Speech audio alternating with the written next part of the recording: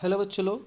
आज हम लोग एक नए रिसर्च के बारे में जानेंगे जो हाल फिलहाल ही ढूंढा गया है, जिसका नाम है वायरोवोर। आप लोगों को नाम से थोड़ा थोड़ा हिंट मिल रहा होगा।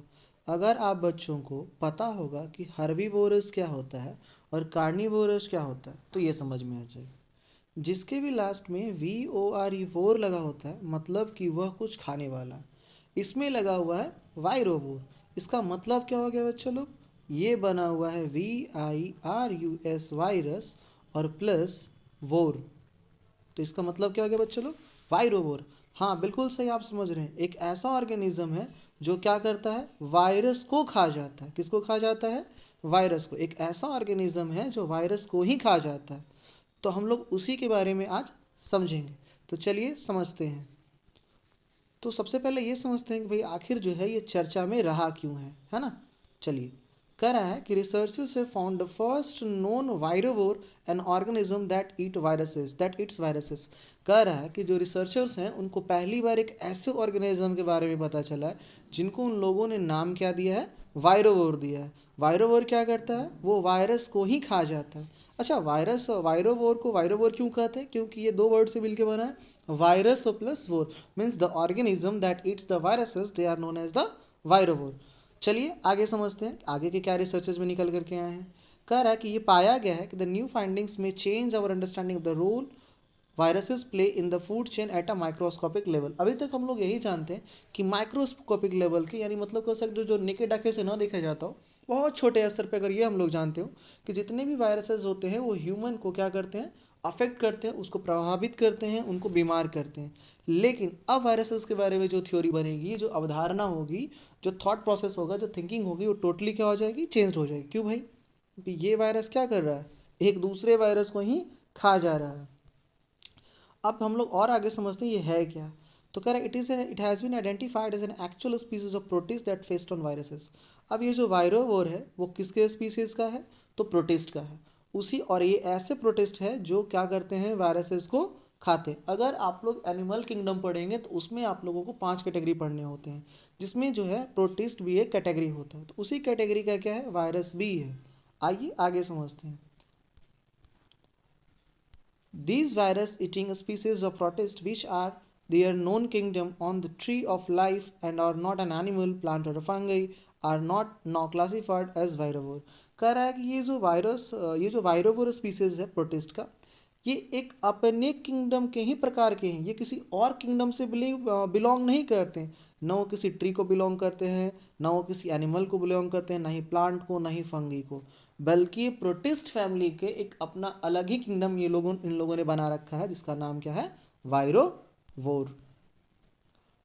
It is a species of Halteria microscopic ciliates that populate freshwater worldwide। कह रहा है कि ये किसका और स्पीसीज है? तो एक हेल्टेरिया जो है वो सीलिया है। सीलिया बोली तो एक तरह के ऑर्गेनिजम्स होते हैं, प्लांट लाइक स्ट्रक्चर्स होते हैं, जिनके कह सकते हो ना हेयर लाइक स्ट्रक्चर होता है। इन हेयर लाइक स्ट्रक्चर से जो है वो क्या करते हैं, फ्रेश वाटर में या पानी में जो है वो क्या करते हैं, मूव करते हैं। तो वही कह रहा है कि that it is a species of Halteria. Halteria species का है माइक्रोस्कोपिक सीलिएट दैट पॉपुलर। अच्छा, हल्टेरिया क्या है? तो एक माइक्रोस्कोपिक सीलिएट है। सीलिया क्या होता है? तो एक तरह के ऑर्गेनिज्म होते हैं जो पानी में होते हैं और प्रोपगेट करने के लिए अपने हेयर लाइक फीट का इस्तेमाल करते हैं। That populate fresh water world wide. और ये जो हॉल्ट एरिया है वो बेसिकली रहते कहाँ है? तो फ्रेश वाटर में ये लोग रहते हैं। आइए आगे समझते हैं।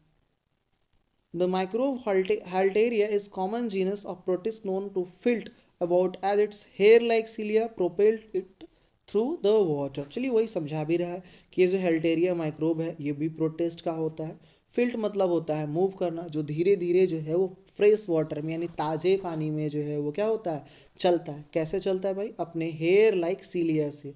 हेयर लाइक स्ट्रक्चर्स होते हैं, पैर की तरह होते हैं और बालों की तरह होता है, और वो पानी में जिसके थ्रू क्या करते हैं, चलते हैं। अच्छा, ये बने हुए किसके हैं? तो they are made up of nucleic acids, nitrogen and phosphorus. ये जो हमारा वायरोवोर है वो न्यूक्लिक एसिड का बना हुआ है, नाइट्रोजन उसमें होते हैं और फास्फोरस होते हैं। ये बहुत सारे इन्फेक्शियस क्लोरोवायरसेस को भी क्या कर सकता है, ईट कर सकता है। Huge numbers of infectious chloroviruses that share their aquatic habitat. अब आपके दिमाग में आ रहा होगा भाई ये क्लोरोवायरसेस क्या है। तो क्लोरोवायरसेस क्या है, एक तरह के वायरसेस होते हैं जो अलगी को अफेक्ट डालते हैं। किसको अफेक्ट डालते हैं? अलगी को। मतलब ये जो क्लोरोवायरसेस होते हैं वो अलगी को डिस्ट्रॉय कर देते हैं, इसको इनको इन्फेक्ट कर देते हैं और मार देते हैं, जिससे कि पानी में क्या होता है, ऑक्सीजन लेवल घट जाता है। तो अगर जितने सारे अलगी होंगे हमारे वाटर में जो है उतना ज़्यादा ऑक्सीजन होगा, और ये एटमॉस्फेयर में भी जो है वो नाइट्रोजन की फिक्सेशन में भी जो है अलगी मदद करते हैं। उसके अलावा जो है वो ऑक्सीजन को भी पानी में मिक्स करने का काम करते हैं। तो इनको अफेक्ट कौन करता है, इन अलगी को मारता कौन है? तो इन अलगी को जो मारता था वो था क्लोरोवायरस। और इसको मारने वाले अब जो जीव आ गया, मतलब जिसके बारे में पता चला, उसका नाम क्या है? वायरोवोर। याद रखिएगा। नेक्स्ट है, देखिए समझा रहा है कि क्लोरोवायरसेस क्या है, are known to infect microscopic green अलगी।